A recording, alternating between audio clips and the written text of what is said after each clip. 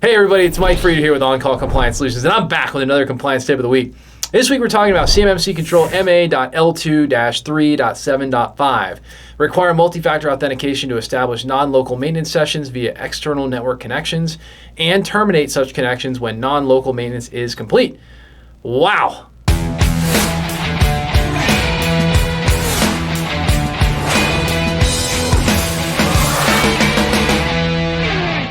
So hey, if you're a defense contractor who's feeling overwhelmed, tired, and alone, trying to understand all this CMMC, DFARS, and NIST SP 800-171 compliance stuff on top of an already colossal workload, well, I've got great news for you. You found your home here at On-Call Compliance Solutions, where we can help you transform into your company's on-call compliance hero. Let's jump into it. So this control has a few interesting parts, and I'm going to quickly break them down. First is the requirement for MFA on non-local maintenance sessions. So even if the non-local maintenance person isn't touching CUI, but they're able to do maintenance on a network that contains CUI, MFA is still required. Generally speaking, you can assume that any external access to an enclave or network containing CUI probably requires multi-factor authentication. Let's just change that one to definitely. Period. End of story. Now, the second part is to make sure the connection terminates when maintenance is complete.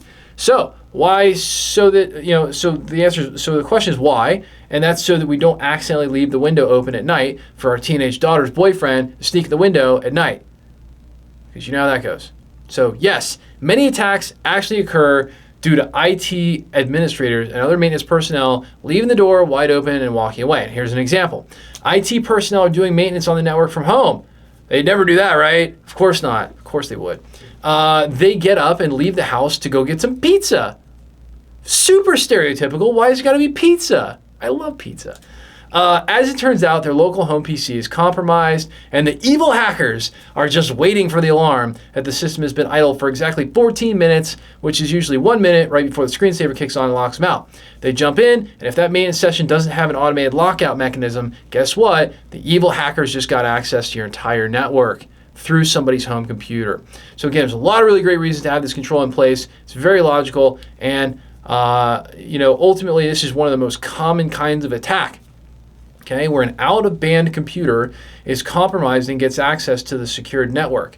So we become much safer when that maintenance session terminates automatically upon completion of the work or a very short idle time thereafter, and it needs to be automatic. Okay, time to see what the assessors want on this one. So two things you're looking for. One, determine if multi-factor authentication is used to establish non-local maintenance sessions via external network connections. Again, how do we answer that one? Well, we could say it's implemented. Non-local access is not possible without MFA. Why? Because we probably have MFA on our VPN or whatever connection we're using to get in. Second one is determine if non-local maintenance sessions established via external network connections are terminated when non-local maintenance is complete. This one's a little bit more challenging, but again, per the IT operations policy, non-local maintenance sessions should be terminated upon completion of the maintenance session. A fail-safe is in place to automatically terminate the session after 15 minutes as a fail-safe. So again, great way to kind of solve that in two different ways, but there's definitely a concrete fail-safe there. Now, if you're a defense contractor, and I know you are because you wouldn't be watching this video unless you are, or maybe you're not a defense contractor and you wish you were, well, here's the good news, right? Because at On-Call, we work with defense contractors just like you who have had this DFARS, NIST, ITAR, and CMMC compliance stuff dropped into their laps like a seagull on a sunny day. And we teach you how to level up and be a proper on-call compliance hero for your company, eliminating gaps, gray areas, and getting this solved, all while showing you how to leverage compliance as your secret weapon to land more defense work with higher profit margins. Now that's what becoming an on-call compliance hero can do for you. If you haven't put on your cape lately, you know what? It's looking over in the corner and you're like, man, my cape is like a little bit rusty. It's okay, man. You can put it back on. And you know what? We'll even help you button it up so you can go fly, be a superhero for your company. Whoosh.